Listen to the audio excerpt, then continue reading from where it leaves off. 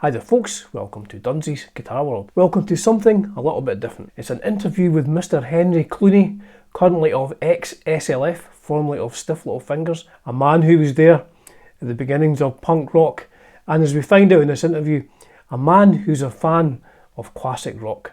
Thank you to Henry for doing this. I do hope you enjoy it. So without any further ado, welcome to Mr. Henry Cluney. How are you, sir? Well, thank you, Dunsy. Nice to see you again. How's things with you? Okay, have you forgiven me for my out of tuneness at a recent performance? Because of the way I sung, you don't have anything to apologise for. And it would have been a lot worse if my wife had gone on stage and started singing, I can assure you of that. She seems like she had a good night. She had a good time. Good. So, will we go back to the early days? The early days of your music. So you were born in Belfast, grew up in Belfast?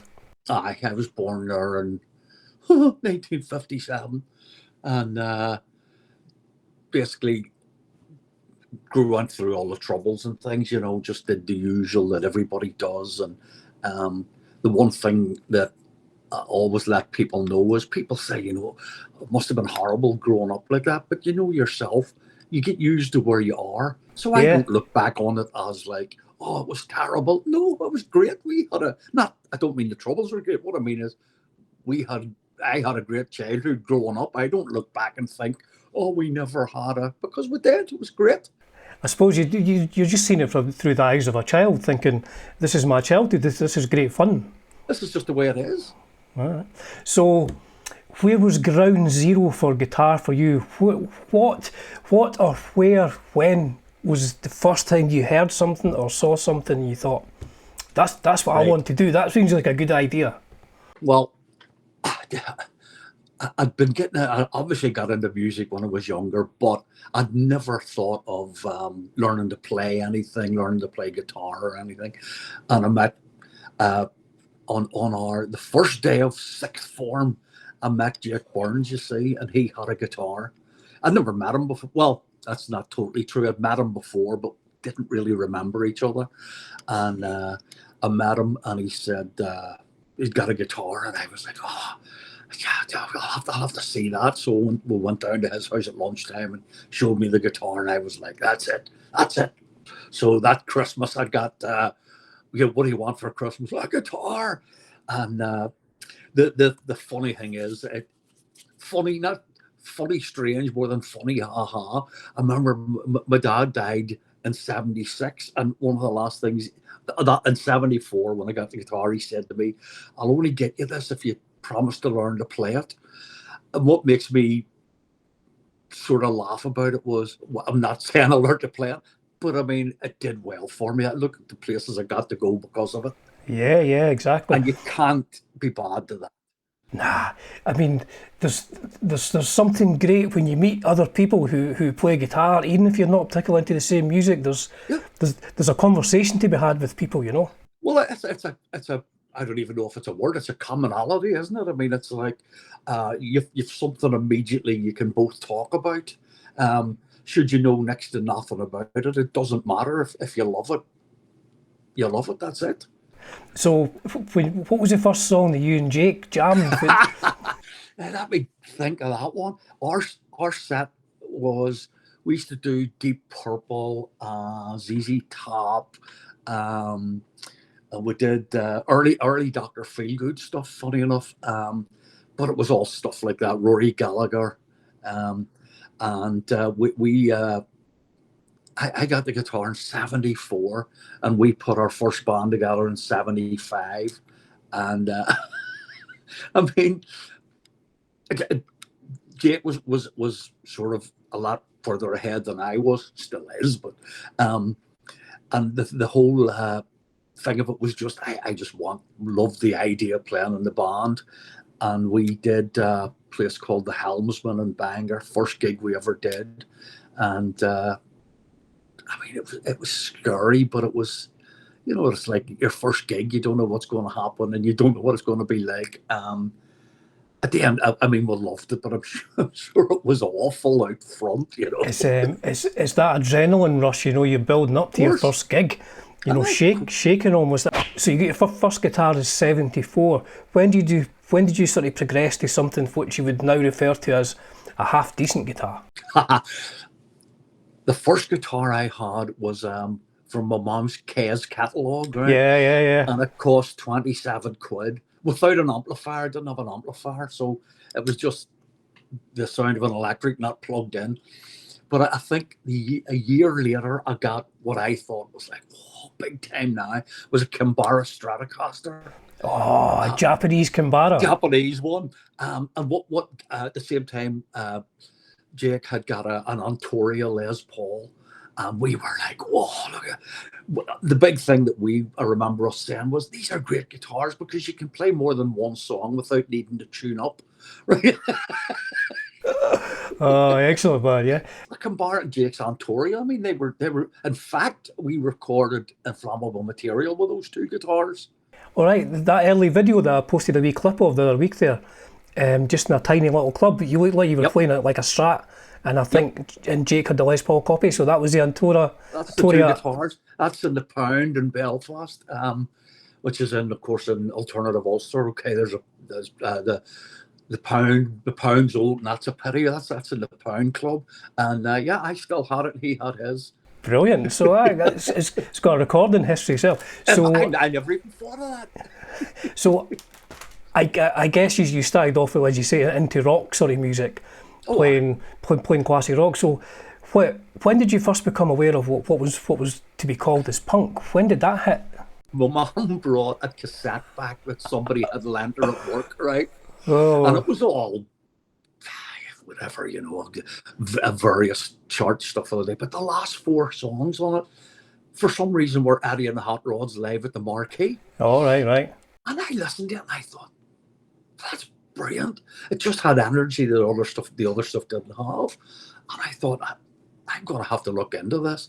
And that was me away. I mean, it was the Sex Pistols, the Damned, the Clash, all the rest. At the same time, still having my Black Sabbath because I went through a phase of I don't really like that old music, but at the same time, I was lying to myself because I did.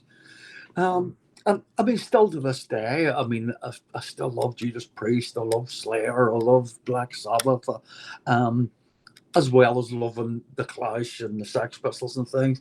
I just think whether or not everybody's the same, you sort of don't grow out of music. I don't think you like the music you liked when you were growing up. Me, T-Rex has always been my all-time favorite band, and they still are. But it's a mix of stuff. But I think what they used to call me in Stiff Little Fingers was the noise Nick, because I just like noisy stuff. So when the band started writing their own songs, like I know Gordon became involved in writing lyrics and stuff like that. Yes.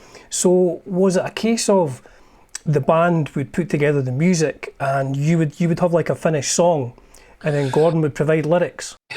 It was buried like that. Sometimes Gordon would come up with, I mean, he'd come up with a sheet of paper, and it would have the lyrics of whatever on it, and then usually Jake would write music to it, and that's how the song would come together.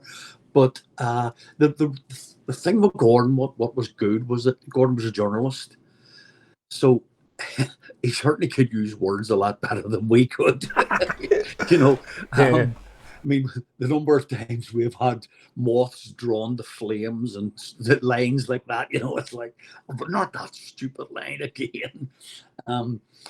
So he would come up with that. Of course, we always got accused of you're singing somebody else's lyrics, but yes and no.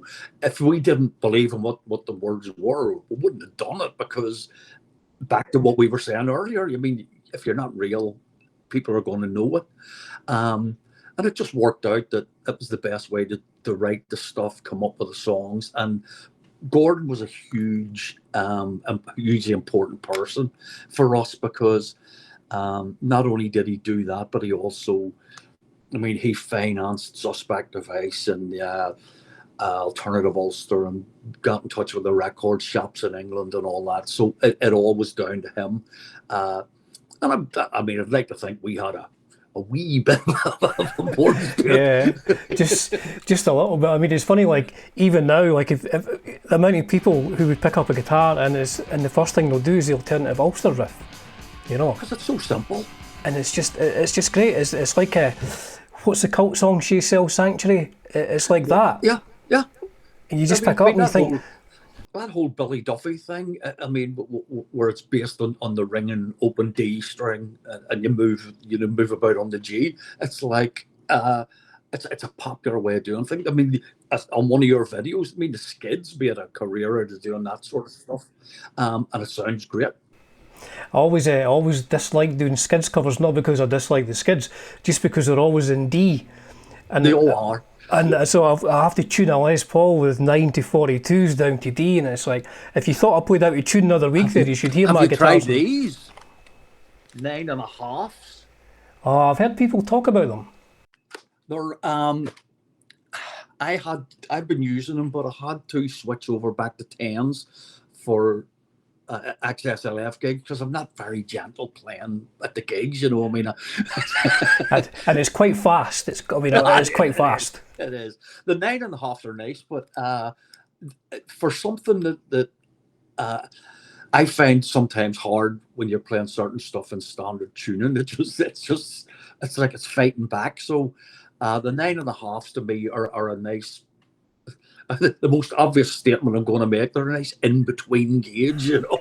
Yeah, I'll need to try them out. So, do you move to did the band move to London in '79? Is that right? Yes.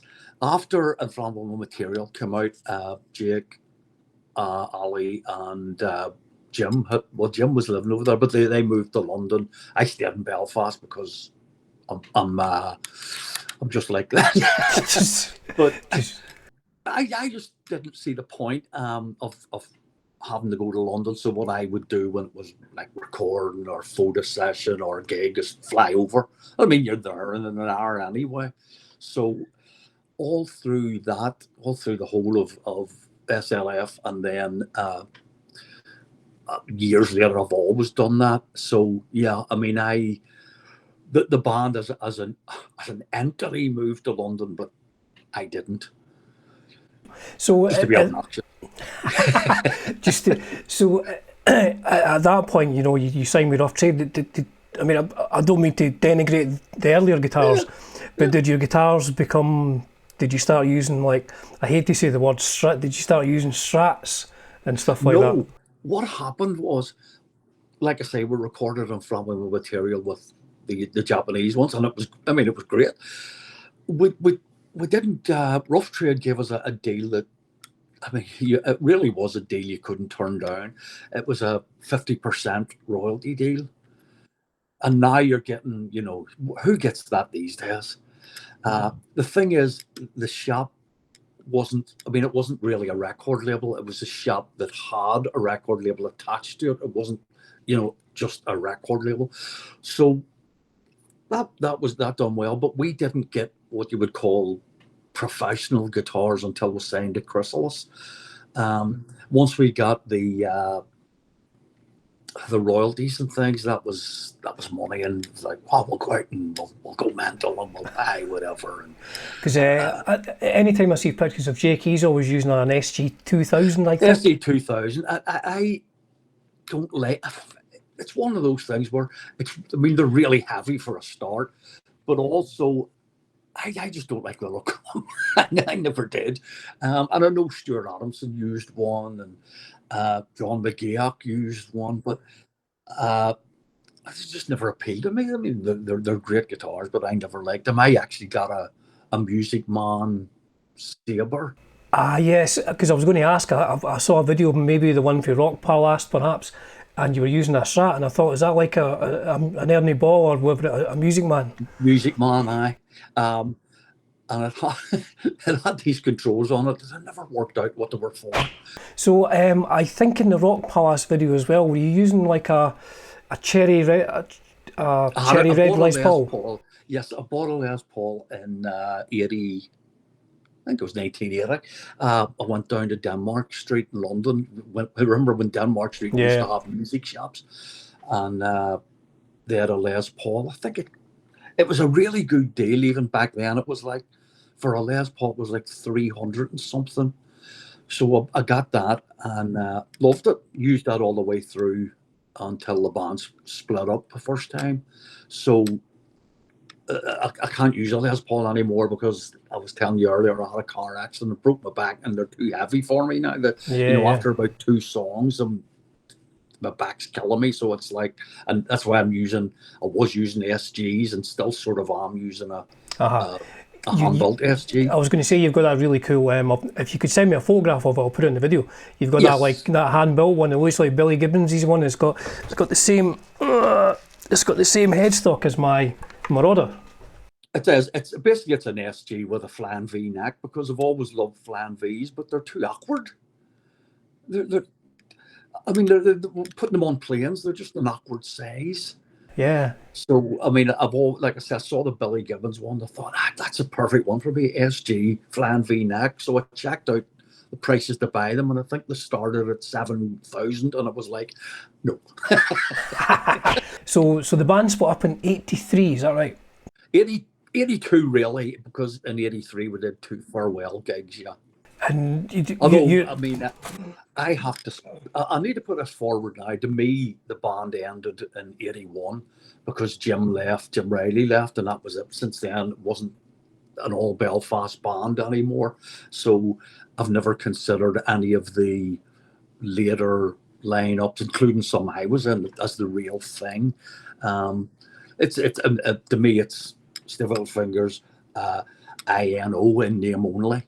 Yeah. And I was part of that too, so it's I'm not totally innocent on that.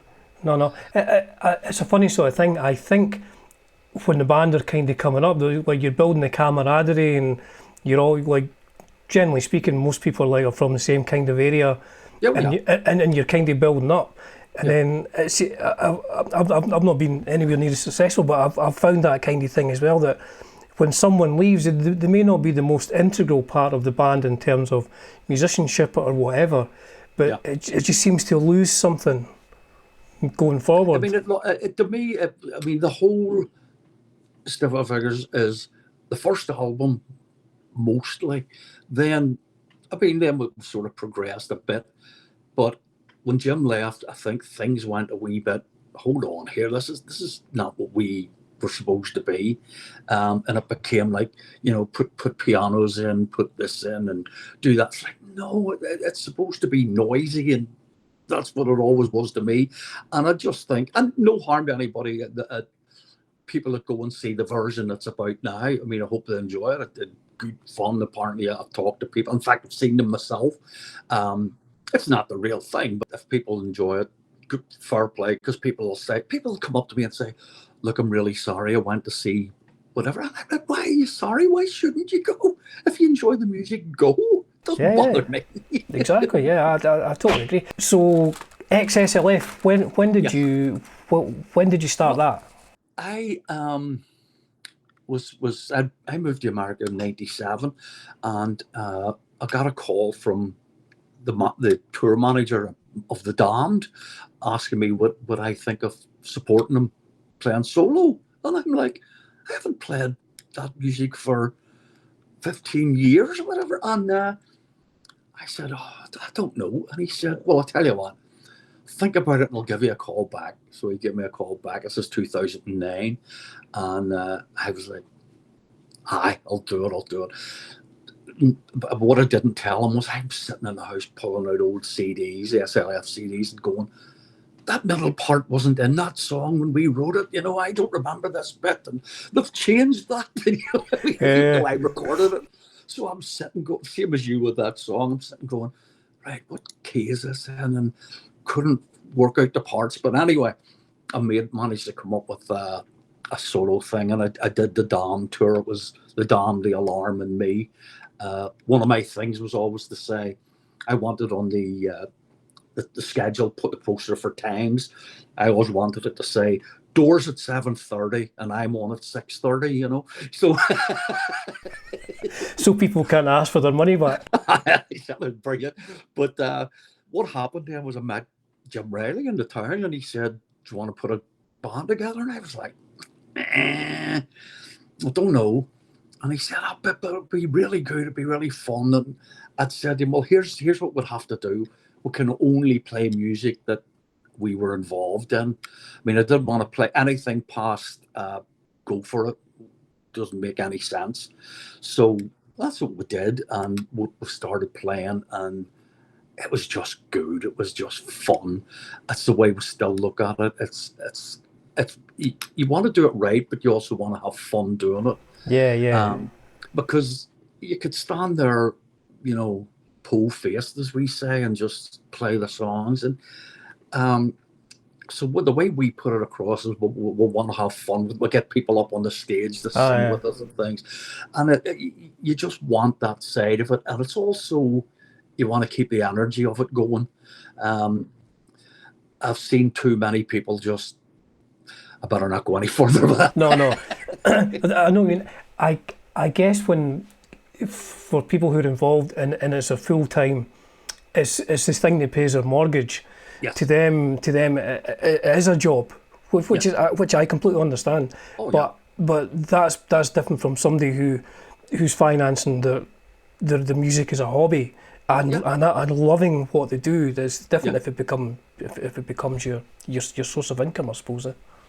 But at the same time, I obviously can only speak for myself. Even when we were at our most popular, I never approached it that way. It was something I loved doing, and you want to put everything into it. And while that sounds corny, it's true. I could never see the point in going to a gig and realizing these people had spent who knows how much money they maybe had to save up to buy a ticket, and you go out there and you go through the motions. You're cheating too many people. Yeah, I think so. And it's the fact that, I mean, there are so many people who pick up a guitar, and there are so few people who are lucky and talented enough to even do it for maybe 5 years, 10 years, and it literally is living your dream. Yeah, living every young guitar player's dream. Well, yeah, there's nobody is ever going to tell me that we weren't really fortunate to get what we did. Yes, you have to have something behind it, of course you do. But at the same time, if you're not thankful or grateful for what you're able to do and get paid for doing it, then you shouldn't be doing it. I mean, you get to tour around the world, you get paid to go there, you get paid to stay in fancy places. Well, not so much fancy places, but you know, you fly to LA and they put you up in the hotel and all, and you get paid for doing it. And I've seen so many interviews with people where they're like complaining about, oh, you know, since we became famous, it's been a hardship, whatever. Okay, quit, go and dig roads. Yeah, exactly. I think you played Rebellion solo. I'll do Rebellion on the same night as I think Tom Spencer from The Professionals is doing it and things. The Rebellion lineup this year is a bit strange, but I'm doing the Sunday night, and they're interviewing me on the Sunday because do you know who I think I am? But they'll probably want to interview you after they see this video, I would expect. Well, what they'll say to me is, have you actually ever met Dunsy? You know, and I'll have to say, look, I can't talk about it. So is Rebellion the first of these gigs you're going to be doing? Rebellion is. I think this is my 7th time at Rebellion. I love Rebellion. It's just so it's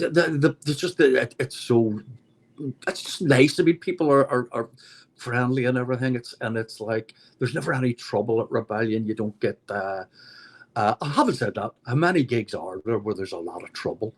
I mean, it's one of those things. So Rebellion's always great, and I'm like I said, I think this is 7 I've done.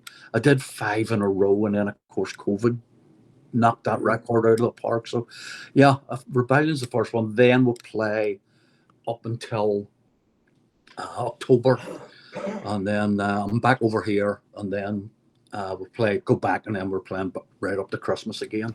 Oh, and I saw you're going to Canada as well. I've got a solo Canadian tour at the end of July. It's going to be interesting because I did a solo tour on the east coast of America, and it was a start of something that was a bit weird.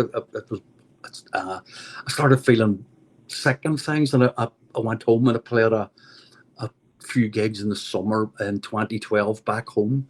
I was feeling, I was getting headaches. It lasted for two weeks. And I was like, so I went into the hospital and they basically said, oh, you're getting migraines. It turned out I had a brain tumor, you know. So they took that out in 2012. So what I've always said is, since I came to America, when I get sick, I do it right.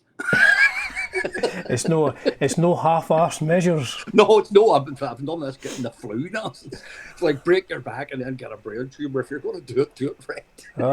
But it's all okay now. That's the main thing. Oh, I mean, I've got all I have left is, well, I've no hair, but I've the scar to prove it, you know, and that's about it. So I'm thankful for that. I'm still able to play, still able to do it. There's a clip on YouTube where I'm explaining about it.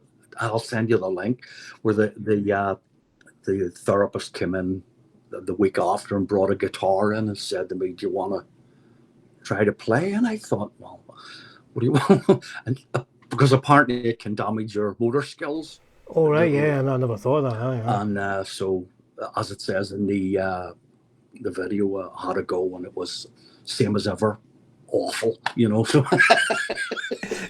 Were you hoping you'd improved?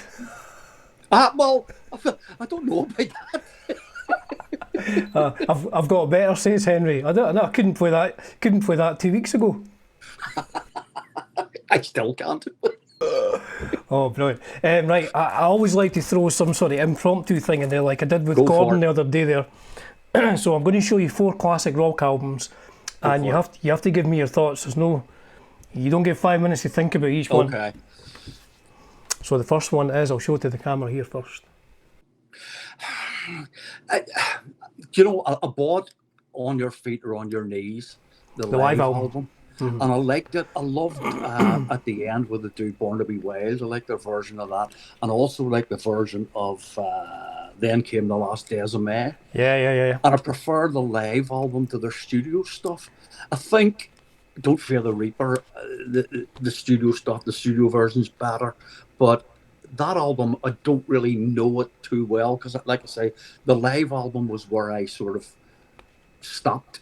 I bought that, and since then, that's what I sort of compare them all to. It's got some of my favourite. The guitar sound on this I love, like ME262 is great. So ME262 is on the live one, and it's great too. Yeah. So album number 2. Okay. Brilliant. Well, the early ACD stuff to me was great. The versions, the albums that they released Australia only, and then they put the two of them together into the first albums. Great. And what stands up for me about Akadaka is that the drum sound still sounds great today. And these things were recorded, 45, nearly 50 years ago. And the drum sound is still really good on them.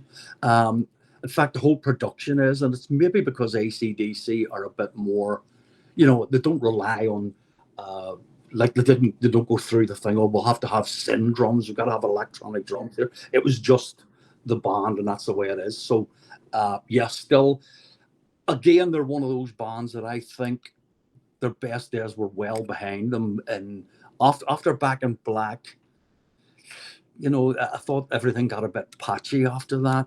I mean, I still bought them at a, flick of the switch and things like that. I bought all the albums, but I think you go through it, it's like some of the songs are good, but some of it, they're just repeating themselves. I think by the time it came to Fly on the Wall, I think some of the ideas were kind of running out a little bit. I mean, I haven't said, one of my favourite songs to do, of course, was later. I love Heat Seeker. I think that's one of their best songs. But it's few and far between that I find anything that can compete with, especially Back in Black. Yeah. So next up, you may be familiar with some of the work on this. I can't say I've ever heard of those guys. From Scotland. It's not. It's like, I have to. At my age, I wouldn't be on an album cover looking like that. That's for sure. Okay. Big secret, of course. Jake and me loved that album at school. I love Bad Motor Scooter. But let's just say Suspect Device if you haven't heard Montrose, listen to a song called Space Station Number 5, and I think we'll just leave it at that. It really is one of the great, in my opinion, that is one of the greatest albums that's ever recorded. Just the sound, the playing, Sammy's singing is just incredible. Ronnie Montrose was brilliant. I mean, I loved his stuff. So is there one more to go? There's one more to go. Now, dear. I know you were influenced big time by Deep Purple, calling your first band after it, but Yes. What did you think of? Going Home, I think, is the first track on that, isn't it? Brilliant song. Tommy Bolin, I think, is really good. I loved that album. I bought it when it came out. And it didn't go along with the whole, it's not the same as Richie Blackmore. It wasn't supposed to be. No. So I bought Come Taste the Band, and I still really love Going Home. I've got it on my phone, and a couple of tracks off that. I liked him when he did Teaser, the solo album. Tommy Bolin did. I think it's a great album. So what can I say? Another privilege and a pleasure speaking to Mr. Henry Cluney, who's in the United States of America, if you can believe that or not. Henry, thank you very much again. Well, thank you, Dunsy. Hopefully I haven't let you down too badly again.